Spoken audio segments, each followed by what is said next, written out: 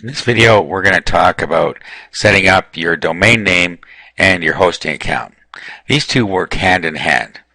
Your domain name is your web address, like google.com is Google's web address, ebay.com is eBay's web address. Well, you need your own web address as well. You also need a hosting account. What the hosting account does is it stores all of your files and information. So the domain name points at your hosting account. Now this is all done seamlessly once it's all set up. Okay, so if you just click on the link underneath the video, you'll come to this page, Namecheap, and then you can go through and set up an account. So you can do sign up here, and then you can just go through the account creation process. Now you're going to be buying more domains as you go through your internet career, so you might as well set up an account. It costs nothing to set the account up, and once you have that set up, whenever you want to get a domain, you can just go through here and buy another one. Now at this point, you want to start searching for a domain name. Now remember, we have got a bunch of keywords put together for what we're going to target. So what you want to do is try and find something within one of those keywords. Now it's best if you can find a buying keyword that works. So let's go have a look at our keywords. Okay, and then let's just see if we can get any of these in here. So let's do best golf swing.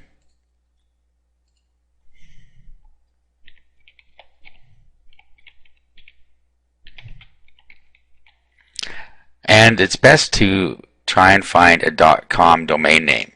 Now there are other TLDs. TLD means top level domain. So you could use a .net or a .org if you can't find one you like. But it's best to stick with .com.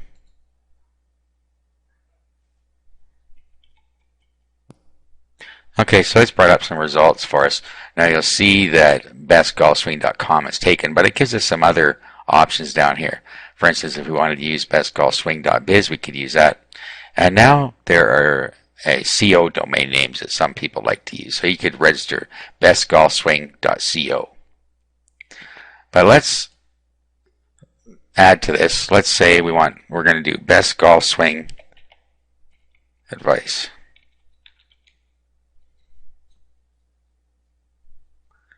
See if that one comes up with anything. Okay, so now we have bestgolfswingadvice.com. Okay, so it would be a good domain name for us. We got best golf swing right within the domain. Okay, so I'm going to go ahead and register that.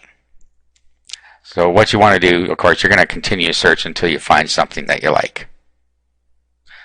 Now you notice over on the right side here, it gives you some other options if you want to add them to your cart.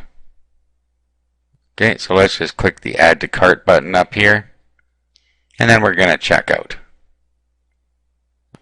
And then you have your different options. If you have a funded account, you can use this, or if you want to use a credit card, you can use credit card, or you can use your PayPal accounts. So you can choose which one you want to use. Okay, so it's processing order for us. Okay, and then it gives us an invoice showing us what it took out of our account, and our domain name is all set up. Okay, so at this point, go over to domains, and then we'll go to manage domains. Okay, and then here's our domain right here. So if we click on that, it brings up all of our contact information, everything here.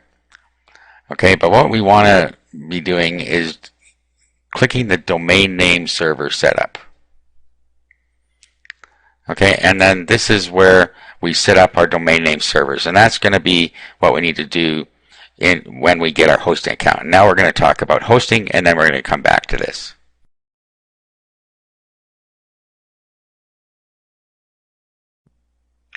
Now we're going to talk about getting our hosting account set up. If you click on the link under the bottom of the video, it'll bring you here to HostGator. Now there are several different types of hosting you can purchase on HostGator. But when you're first starting out, all you need to do is use shared hosting. It's the most inexpensive and it gives you the most value for your money. As you see over here, it starts at $3.96 per month. So let's view the web hosting plans. Now, they have one here called the Hatchling plan. You get unlimited disk space, unlimited bandwidth, and a shared SSL certificate. Now, if we click here, we can get a better idea of what everything offers. Now, the only issue with the Hatchling plan is that you only are allowed to host one domain. So if you buy another domain name, you can't host it without buying another account. So that is why I recommend that you start with the baby account.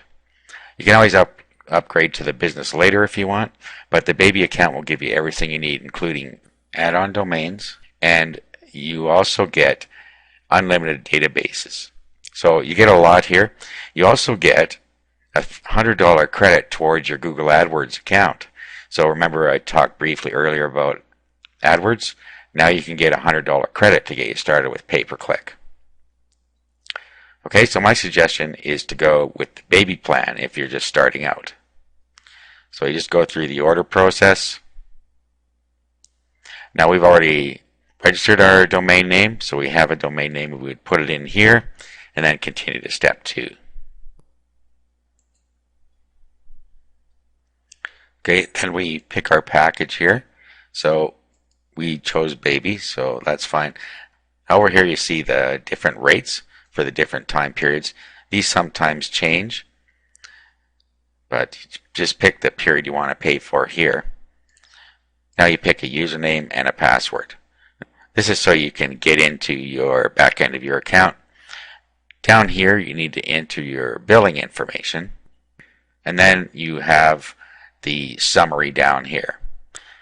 Okay, so then you just go ahead and create your account. Okay, so after you have paid, they'll send you an email. In that email will be your account information and also the name servers that you need. Now remember earlier when we were setting up our domain name, we talked about how to set our name servers. So let's go back and set our name servers to point at our hosting account. Now the email you get from HostGator will have 2 name servers in there at least. It may have more, but you need 2 at least. And they always start with NS and then a number or several numbers and then a domain name. So you just put it in there as you see it and then save changes.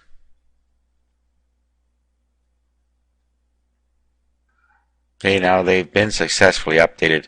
Now it can take up to 24 hours for them to take effect, so you may have to wait for a while. Usually it takes far less than that. Usually you can access it within 30 minutes, but it may take up to 24 hours. So at this point you just need to wait for them to propagate. Okay, so at this point we have our domain name registered, we have our hosting account set up, and we have the 2 tied together. So we're all set to set up our website, and we will do that in the next video.